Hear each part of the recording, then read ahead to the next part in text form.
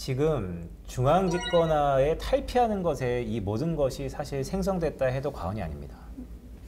디센트럴라이제이션이잖아요. 네. 그런데 지금 뭐 바이낸스다, 맞아요.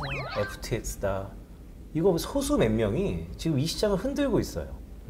이것은 아예 근본적으로 이 시장이 과연 분권화는 너무 이상적인 거 아닌가? 현실적으로 불가능한 거 아닌가? 그거에 대해서는 어떻게 좀 봐야 될까요? 되게 제가 가지고 있는 생각과 비슷한 정말 중요한 포인트를 짚어주었다고 생각을 하는데요. 그 디지털 자산이 나오게 된 배경, 그다음 블록체인 기술이 나오게 된 배경 자체가 분산이고, 그다음 디센트럴라이즈드잖아요.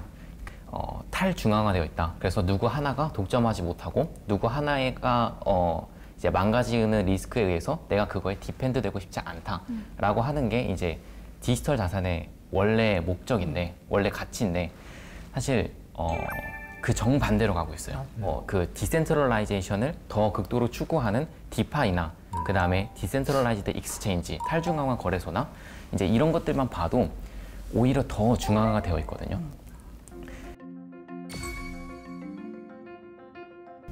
내가 누군가에게 돈을 주고, 그 다음에 그 누군가가 나에게 그거에 대한 해당하는 자산을 주고, 이제 이런 거래가 발생했다고 했을 때 그 중개자가 없으면 이제 이게 너무 투명하게 이루어지기 어렵고 중간에 사기도 많을 수 있고, 그래서 그거를 투명하게 하기 위해서 중앙화된 이제 브로커가 필요한 거고, 이제 보통 그 브로커리지를 금융이라고 표현을 하는데요. 이제 금융의 되게 많은 부분 중에 하나인데요. 이거를 중개해주는 누군가가 있다 보니까 중간에 수수료라는 걸 가져가고, 그 다음에 이 과정이 복잡해지고 더 투명성을 강조하다 보니까 이 단계들이 많아지고, 그러면서 호스트가 많이 늘어납니다. 나랑 쟤랑 그 엔드 투 엔드로, 피어 투 피어로 거래를 하고 싶은 건데, 그 중앙화된 이제 누군가가 이제 제도권에 있는 누군가가 들어와서 그 코스트를 가져가게 되면서 이게 비효율이 발생하게 되는데, 이거를 더 효율적으로 피어 투 피어로 하는데, 스마트 컨트랙트라는 것은 이제 중고 거래할 때 에스크로 거래 이런 거 하지 않습니까? 이제 그런 거랑 비슷한 거라고 보시면 되는데, 어떤 딱 정해진 블록체인 상의 어떤 그 시스템이 있고, 그 시스템 상에서 이제 거래가 투명하게 이루어질 수 있고, 그 투명하게 이루어진 거는 블록체인 트랜잭션으로 다 보일 수 있고, 이제 뭐 이런 것들에 대한 얘기여서, 이제 이런 기능을 가지고 있으면 중간에 브로커를 다 빼버리고 이 코스트 절약하고 디센트럴라이즈드 파이낸스를 할 수 있지 않을까라고 시작한 게 디파이거든요. 그렇죠. 근데 문제는 뭐냐면 항상 버그가 발생합니다. 그래서 이 스마트 컨트랙트도 처음에 그냥 딱 만들어서 놓는 게 아니라 계속 업데이트를 할 수 있어요. 사실은 이 스마트 컨트랙트라는 게 바뀌지 않아야 이게 가능한 건데, 이 스마트 컨트랙트가 업데이트를 할 수 있다는 거는 누군가 이걸 수정할 수 있다는 얘기거든요. 그러니까 이런 거잖아요. 저희 둘이 거래했는데 한 20년 전에서 까먹었어요. 100원 빌렸는데 나중에 업데이트 되었고 100만 원 빌린 걸로 바뀌어질 수 있다는 건가요? 그쵸. 그러면은 결국에 이게 크레더빌리티를 없애기 위한 그 트러스트 레스를 하기 위한 건데, 사실은 누군지도 모르는 이 개발자를 맞아요. 전적으로 트러스트 해야 되는 상황이 되는 거죠. 그러니까요. 네. 근데 많은 디파이 프로젝트들이 팀원들이 공개가 안 돼 있습니다. 다 익명 프로젝트들이 많아요. 그건 또 특히 왜 그래요? 그 법적으로 그레이여서 그렇습니다. 그래서 프로젝트래군요. 네, 이 제도권 안에서 할 수가 없고, 많은 디파이나 이제 그 많은 크립토 회사들이 이제 뭐 싱가포르를 포함해서, 그 다음에 그 브리티시 버진 아일랜드 등등등 이제 조세 회피처나 아니면 추적이 좀 힘든 국가의 페이퍼 컴퍼니를 세우고, 그거를 이제 엔티티로 활용해서 서비스를 하거든요. 이런 이유도 레귤레이션을 다 피하기 위한 거고, 그 다음에 이제 법적인 분쟁을 최소화하기 위한 건데, 그러다 보니까 어디까지 갔냐면 자기가 누군지, 이 프로젝트를 하고 있는 사람들이 누군지도 공개가 안 되어 있고, 그래서 이제 뭐 직접 이름을 언급하긴 그렇지만, 국내 이제 모 체인 같은 경우에는 여기에서 운영하는 이제 이 체인 위에서 운영되는 디파이 프로젝트들이 여러 개가 있는데, 알고 보니까 이것들의 상당수가 그냥 다 한 팀에서 한 거고, 이제 그런 경우도 많은데 절대 그게 누군지는 대외적으로 알려져 있지 않고, 또 신기한 거는 이 디파이 프로젝트 하는 사람들은 끼리끼리는 다 압니다. 왜냐하면 여기가 이너서클이기 때문에 끼리끼리는 다 알고 협조가 가능해서 뭐 서로 파트너십 맺기도 너무 쉽고, 그러니까 서로가 트러스트를 해주니까 우리는 디파이인데 우리가 누군지 너네들은 몰라도 돼. 왜냐면 얘네들이 우리 트러스트 해주거든. 파트너십 딱 맺고. 근데 얘네들도 가면은 너네들도 우린 누군지 몰라도 돼. 얘네들이 우리 트러스트 해주거든. 그냥 다 이런 식이거든요. 아, 이게 어떠세요? 이거는 글쎄 이런 얘기하시면 시청자분들 약간 좀 그럴 수도 있는데, 이거 다단계 피라미드입니다.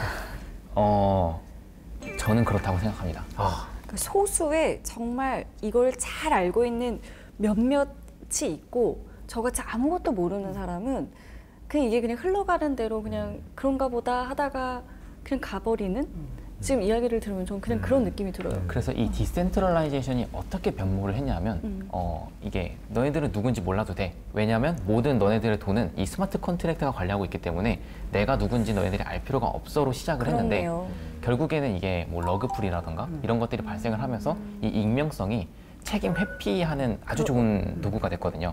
이 사람들이 이제 그 러그풀을 하고 다른 프로젝트들을 해도 이제 이 사람이 전에 다단계를 했다, 사기를 했다라는 거를 알 수가 없어요. 뭐가 없으니까. 네. 그렇죠? 그리고 이제 법적으로 책임 회피하기도 너무 쉽고요. 말씀을 쭉 들어보니까 사실 되게 좀 심각한 것 같아요. 왜냐하면 결국 이 블록체인 기술의 이 디지털 마켓이 디파이라고 하는 파이낸스와 접목되면서 결국 신뢰가 매우 중요한데 이것은 어떻게 보면 이 신뢰를 과연 갖는 것이 불가능하다라는 우려감으로도 불거질 수 있는 순간인 것 같은데 저는 일단은 이 본질적으로는 기술이 문제가 있다고 생각합니다. 기술이요? 네, 어떤 제도나 이런 것들을 다 떠나서 이제 사실 디센트럴라이제이션을 표방하는 것 같이 이제 그거를 추구하는 것 같은 기술이지만 블록체인 기술이 사실은 이제 디센트럴라이제이션을 완벽하게 이루기에는 좀 부족한 기술이다. 이게 어느 정도 크레디빌리티가 기반이 되어야 되는 거고 결국에 그러면은 기존에 중앙화되어 있던 시스템과 크게 다르지 않고 바이낸스 같은 경우도 마찬가지인데 결국에는 이제 점점점 더 바이낸스가 BUSD의 점유율, 스테이블 코인 중에서 BUSD의 점유율을 높여가면서 그리고 이제 FTX도 뭐 의도했는지 안 했는지 사실 저희는 알 수 없지만 어쨌든 죽여가면서 계속 이제 여러 가지 방법으로 점유율을 되게 높이고 있거든요. 그래서 결국에는 바이낸스는 지금 그 이제 가상자산 시장에서 디지털 자산 시장에서 이제 중앙은행으로 자리매김을 하고 있는 과정인데 이러면은 결국에는 디센트럴라이제이션을 표방하고 있지만 중앙화된 어떤 제국과 다름이 없다라고 저는 생각하고 있습니다. 그러니까 이게 보니까 위기가 왔어요. 그러니까 JP 모간의 지금의 레퓨테이션을 갖게 된 가장 큰 근저에 있는 대공황이라는 게 있었던 것처럼 지금 루나 사태 이후에 명분이 마련됐습니다. 그러니까 바이낸스는 JP 모간을 또 표방하기도 하잖아요. 뭔가 민간 쪽에서의 중앙은행이 되고 싶다라는 생각이 막 계속 들어요. 자, 근데 우리가 반대급부로 생각해 보면 지금 중앙은행이 있지 않습니까? 이들이 또 CBDC를 엄청 만들고 있는데 이 CBDC하고는 어떻게 우리가 연결될 수 있는 거예요? 기본적으로 CBDC가 이제 어떤 블록체인 기술을 기반으로 할 가능성이 높지만 CBDC라는 것 자체가 꼭 이제 코인을 얘기하는 거는 아니거든요. 이제 CBDC도 만드는 방법이 CBDC를 이제 풀어서 설명을 하면은 그 센트럴 뱅크 디지털 커런시예요. 그래서 이제 여기는 블록체인이란 말이 들어가 있지도 않고요. 그래서 이 CBDC가 마치 이제 USDT나 그러니까 테더나 아니면 바이낸스 USD나 이제 이런 거랑 비슷한 거라고 생각하시는 분들이 많으신데 가상자산하고 저는 직접적으로 접목돼서 이게 어떤 직접적인 영향을 줄 거는 아니라고 생각을 하고 있습니다. 그러면 말씀을 쭉 들어보니까 사실 코인을 만드는 데의 한 부분이 아니고 결제 플랫폼을 만드는 것에 좀 더 CBDC가 포커스하고 그러니까 주목하고 있다라고 보면 되는 거군요. CBDC의 의의 자체가 어떤 가상자산과의 연결점이 아니라 달러를 찍고 그 다음에 원화를 찍고 현금을 찍어서 그 현금을 은행들이 가지고 있고 그 은행들이 이제 디지털 숫자를 찍어서 그 숫자들로 저희가 뭐 계좌이체도 하고 그렇게 거래를 하고 있지 않습니까? 근데 이게 국가 간에 있다 보면은 국가 간에 쓰는 통화가 다르고 그러면 이제 해외 송금할 때는 시간이 많이 걸리거나 아니면 복잡한 과정들이 필요하고 뭐 스위프트라는 뭐 이제 망이 필요하고 이제 복잡한 어떤 그 중간 과정들이 필요했고 거기서 코스트라고 하면은 비용도 있지만 시간적인 것도 있거든요. 이제 그런 것들이 사용이 됐다라고 하면은 CBDC는 우리가 그러면 원화를 지폐를 찍는 대신 그냥 디지털로 아예 발행을 해버리자. 그때 아까 처음에 이제 고란 기자님 말씀하신 것처럼 블록체인 기술이 디지털 화폐를 발행하는데 되게 좋은 기술이니까 그렇게만 도구로서 사용을 하자라는 것이지 가상자산과의 직접적인 연결점은 저는 아직 없다라고 생각을 하고 있습니다. 저 여기서 좀 이해 안 되는 게 발행을 한다고 말씀을 하셨잖아요. 그럼 지금 제가 갖고 있는 체크카드라던가 이미 찍혀져 있는 거랑은 뭐가 다른 거지? 사실 저는 거기서부터 이해가 잘 안 돼요. 그래서 저희가 이제 원화를 캐시로 이제 내는 경우가 사실 되게 요즘 많이 없어졌잖아요. 네네. 뭐 스타벅스에서도 그 이제 돈을 지폐를 주면은 현금 없는 매장. 네, 현금 없는 맞아요. 매장 버스도 이렇게 해가지고 다 그렇더라고요, 요즘에. 카드로만 하고 네. 현금 할인이 없어졌죠. 네, 없어요. 특히 중국 같은 경우는 이제 발전이 너무 급격하게 이루어지다 보니까 오히려 더 디지털라이제이션이 더 잘 되어 있는 국가 중에 하나인데 그러면 우리 그냥 아예 캐시를 없애버리자, 캐시를 그냥 디지털로 발행하자라는 거 뿐이고요. 일반 소비자들 입장에서는 똑같습니다. 아, 그렇죠. 그러니까 네. 제가 살아가는 데 있어서는 지금이랑 크게 다를 게 없는 거예요. 느껴지는 체감할 수 있는 건 없습니다. 제가 쭉 들어보니까 탈중앙화는 기술의 미흡이 원인일 수 있다. 천재한테 그런 얘기 들으니까 진짜 기술에 뭔가 문제가 있나? 라는 생각이 좀 들긴 하는데 아니 근데 그 부분도 이게 약간 사람마다 다른 것 같은데 아직 기술이 충분히 발전하지 않아서 그렇다라고 생각하시는 분들도 있어요. 이게 대표적으로 이제 탈중앙화 얘기 나오면서 제가 그런 생각했었거든요. 과연 알고리즘 스테이블 코인은 가능한 것인가? 아, 네. 대체로 이제 저같이 평범한 사람들은 야 그거는 현실이라서 안 될 것 같아. 이건 마치 무한동력 열차 같아라는 느낌이었어요. 그런데 이쪽으로 이제 그 약간 컴퓨터 공학을 전공을 하고 개발자 출신의 약간 이 헤지펀드라는 크립토 헤지펀드를 하는 분이 말씀이 저는 너무 인상적이었던 게 된다. 다만 우리가 그 코드에 대해서 세세히 뜯어보지 못하고 그게 아직 완결성을 갖추지 못했기 때문에 문제가 터진 거지 된다. 라고 이제 말씀하시더라고요. 탈중앙화라고 하는 걸 보면 처음에 시작은 그 이른바 크립토의 시작은 사이퍼펑크라고 할 수 있는 무정부주의자들 에서부터 시작을 했고 탈중앙화, 검열 저항성 뭐 이런 것을 굉장히 강조하는 그런 철학과 정신이 있었다라고 하면 지금 이렇게 크립토 자산이 디지털 자산이 주류 자산의 하나로 여러 가지 자산군 중에 하나로 편입이 되면서 그냥 기존에 있었던 자산군과 똑같은 형태로 취급을 받는 것 같아요. 예전에는 실리콘밸리에 있는 오타쿠들만 이 코인을 가지고 있었다고 하면 지금은 월가 자본이 들어와서 이것도 금융인 거잖아요. 자산인 그쵸. 거고.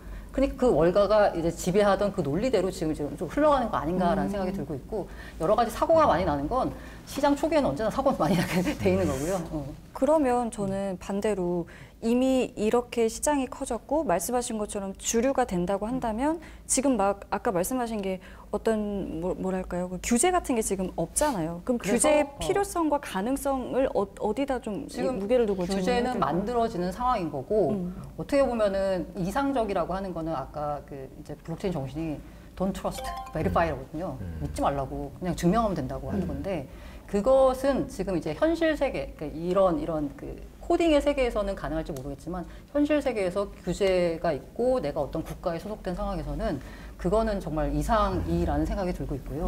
지금 규제는 서서히 만들어지고 있고 아까 뭔가 디파이도 뭔가 얼굴도 공개 안 하고 뭐 이렇게 한다라고 했을 때 만약에 규제가 나오게 되면 디파이 프로젝트 하는 건 좋아. 하지만 얼굴을 공개를 하고 그다음에 이거 문제가 생겼을 때는 형사적으로 처벌을 받는다. 왜냐하면 금융범죄나 증권범죄 같은 경우에는 자본시장법에 따라서 여러 가지 뭐 처벌 규정이 있잖아요. 근데 이쪽은 없거든요. 근데 만약에 여기도 이제 규제안으로 해서 이러이러이러 하면 처벌받아라고 하면은 쉽게 그렇게 사기를 치지는 못하겠죠. 그러니까 이 규제 얘기 나오면 이런 생각이 들어요. 그러니까 우리가 지하경제라는 얘기 하잖아요. 언더그라운드 이코노미가 금융실명제로 인해서 수면 위로 쭉 올라왔던 그런 극적인 역사의 순간에 우리가 지금 마주하고 있지 않은가? 뭐 이런 생각이 드는데 자, 정부 당국도 고민이 참 많은 것 같습니다. 왜냐하면 기본적으로 포괄적 규제를 하자니 세세하게 다 다르고 맞아요.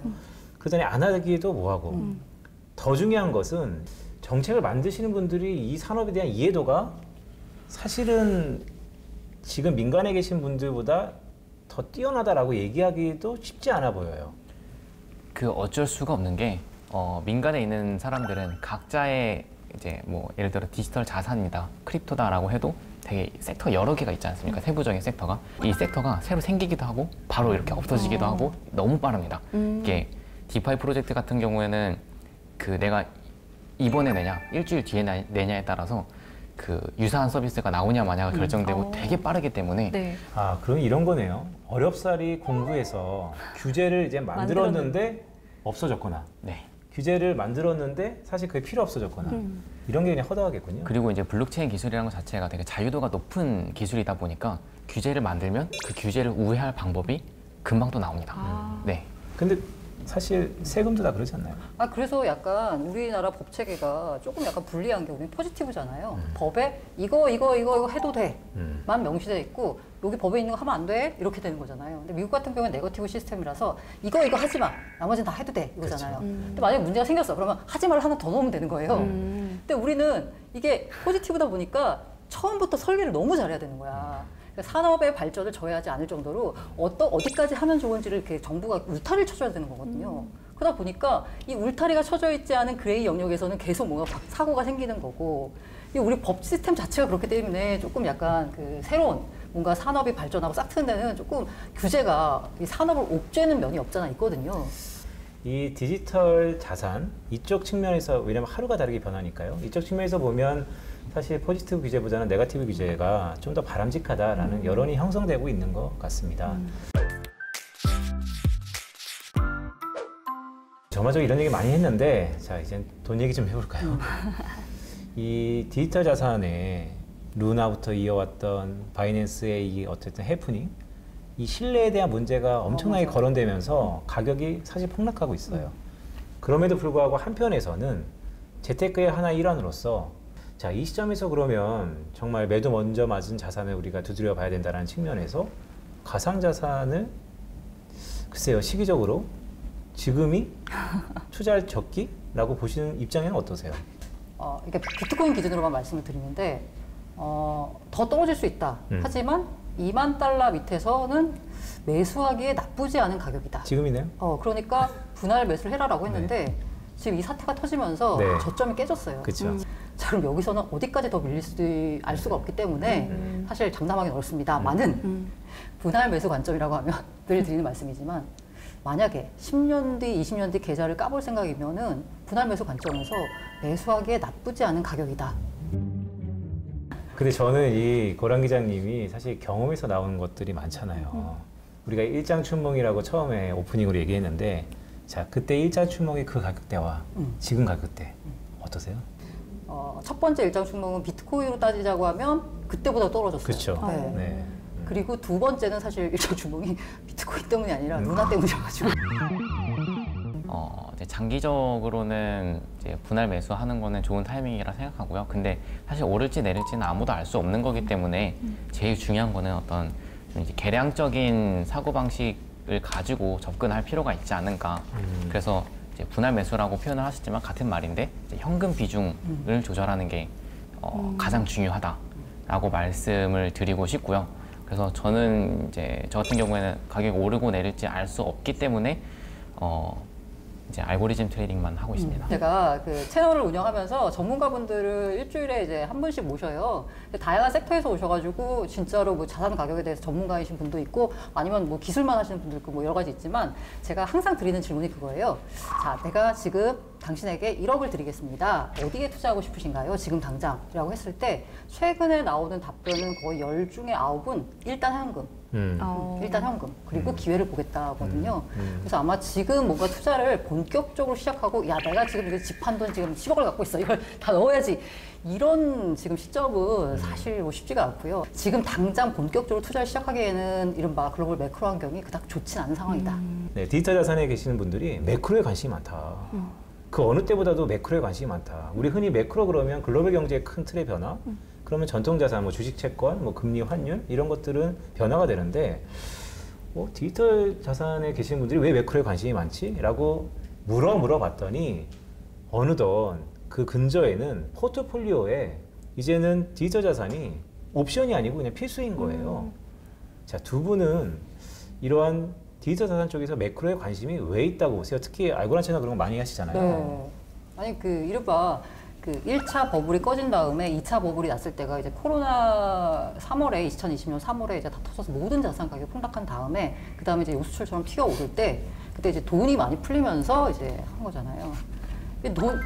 욕조에 물이 너무 넘치는 거야. 그러다 보니까 이 돈이 너무 많으니까 주체할 수 없으니까 여기도 하고 여기도 하고 여기도 하고, 야, 또 어디 할 데 없을까? 하니까 비트코인이라는 게 있네? 라고 하면서 비트코인 쪽으로도 자금이 흘러 들어왔던 거거든요. 근데 이번에는 욕조에다 물을 빼는 상황이잖아요. 물이 빠지니까 어디든 먼저 팔아야 돼. 근데 먼저 팔 때 어디부터 팔까? 위험 자산을 팔거든요. 월가 헤지펀드 입장에서는 나스닥이나 비트코인이나 다를 바가 없는 거예요. 나스닥 종목이나. 그러니까 당장 돈이 필요하니까 여기부터 던지는 거잖아요. 이들이 똑같이 던지니까 이 같이 매크로 상황에 따라서 시장이 흘러갈 수밖에 없는 상황인 것 같고요. 어떻게 보면 매크로 따라서 움직인다는 건 일종의 그 시장이 그만큼 커졌다라는 게 볼 수 있거든요. 예전에는 기관들이 안 들어와 있으니까 이 크립토 시장만의 논리로 움직였거든요. 근데 지금 이제 기관들의 자금이 들어와가지고 시장 자체의 가격을 움직이다 보니까 시장만의 논리, 그러니까 뭐 채굴자들의 논리 아니면 뭐 여기 어디 그 개인들 뭐 이런 논리가 아니라 여기 그냥 글로벌 매크로 상황에 따라서 같이 움직이는 자산으로 변했다라는 거고요. 그렇죠. 사실 뭐 지금은 누울 자리가 아닐 수 있죠. 왜냐하면 시계가 어둡지 않습니까? 또한 연말 연초에 대한 변동성도 있고요. 하지만 저희가 이런 토픽을 다루는 이유는 어쨌든 가상자산의 이 세계에서 이런 이벤트가 더 이상 안 나왔으면 좋겠지만 되게 의미 있는 이벤트들이 지금 나오고 있고 가격의 이 조정폭은 역대급이에요. 이런 적이 없잖아요. 그러니까 어떤 자산이 신저가 아니면 신고가, 그러니까 새로운 기록을 쓰고 있다는 것이죠. 이럴 때 사실 두드려보고 공부해야지 우리가 향후 괜찮아질 때 마음 놓고 또 여기에 손이 나가는 거 아닙니까? 또 재밌는 게 네. 녹화일 기준으로 해서 네. 업비트 기준 비트코인 최고 가격이 지난해 오늘이었어요. 네. 예. 업비트 네. 기준 최저 가격이 네. 오늘입니다. 그렇죠. 그러네요. 1년 만에. 네, 1년 만에. 1년 만에 이렇게 세상이 달라진 거거든요. 일장춘모. 그래서 진짜 투자할 때 제가 항상 드릴 말씀이 아까 변동성을 오히려 지금 변동성의 파도에 올라타서 수익을 올릴 수 있는 전략인데 그게 아니라 그냥 이 변동성을 온몸으로 맞아야 되는 롱온리 전략을 하는 일반 투자자 같은 경우에는 이 코인이라는 자산이 얼마나 이게 큰가, 등락폭이 큰가를 염두를 해주시고 그만큼 등락폭이 크다는 건 기회도 있지만 그만큼 위험하다는 거잖아요. 그렇죠. 이걸 꼭 인지하고 들어가셔야 될 것 같아요. 1년 전 가격, 고점. 지금 저점. 자, 1년이 지났습니다. 제가 알고리즘 선수한테 1년의 시간을 드릴게요. 향후 1년 뒤는 어떻습니까?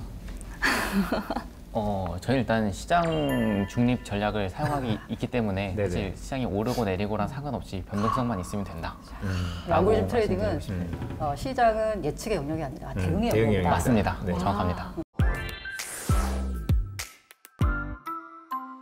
화려한 코인 투자의 이면에는 항상 리스크가 따라오기 십사항이죠. 하지만 오늘 유능한 이민영 대표 같은 인재들 또한 유수한 기관들의 유동성, 즉 돈이 몰리는 것입니다. 인간의 본성은 크게 한 두 가지일 거라고 봐요. 첫 번째로는 새로움에 대한 끝없는 갈망, 두 번째는 성장성인 것이죠. 자, 이 두 가지가 공교롭게 혼용되고 믹스되어 있는 곳이 어딘가라고 보면 글쎄요, 개인적으로 좀 다를 수 있지만 저는 여전히 이 가상자산 세계의 코인 투자는 그 기회는 열려 있다라고 봅니다. 개인으로서 우리가 언제 신산업에 이런 비상장에 투자를 해볼 수 있을까? 정보는 또 우리한테 오지 않잖아요. 근데 이런 측면에서 보면 지금의 이런 큰 굴곡을 나타내는 지금 시점에서 우리가 가상자산 또는 코인 투자도 정말 공부해 가면서 하나하나 짚어볼 때가 아닌가라는 생각이 좀 드는 오늘이었습니다. 번지르르한 네. 신세계로 끝날지 아니면 당당하게 자산으로 인정받을지 앞으로 계속해서 주목을 해봐야겠습니다. 오늘 두 분간에 여기서 인사드리겠습니다. 고맙습니다. 네, 감사합니다. 네, 앉아만 있어도 돈이 모이는 세상에 하나뿐인 카페 빈센트 여러분들 어떠셨나요? 저희 인스타그램 만들어졌잖아요. 여러분들 그쵸, 네, 카페 빈센트 인스타그램 들어오셔서 질문하고 싶은 것들 또 저희 시청 후감도 남겨주시면 감사할 것 같습니다. 네, 카페 빈센트 다음 이 시간에는 글쎄 찬바람이 불면 이것이 항상 생각나지요. 서울대 소비트렌드 분석센터에서 트렌드 코리아 2023이 나왔다고 합니다. 네, 다가올 2023년 검은 토끼의 해거든요. 이번 키워드가 교토산불, 영리한 토끼는 세계에 불을 판다라고 하는데 벌써부터 기대가 되시죠? 네, 기대가 많이 되고요. 앉아만 있어도 돈이 모인다는 그곳 카페 빈센트 다음 주에 뵙도록 하겠습니다. 고맙습니다. 고맙습니다.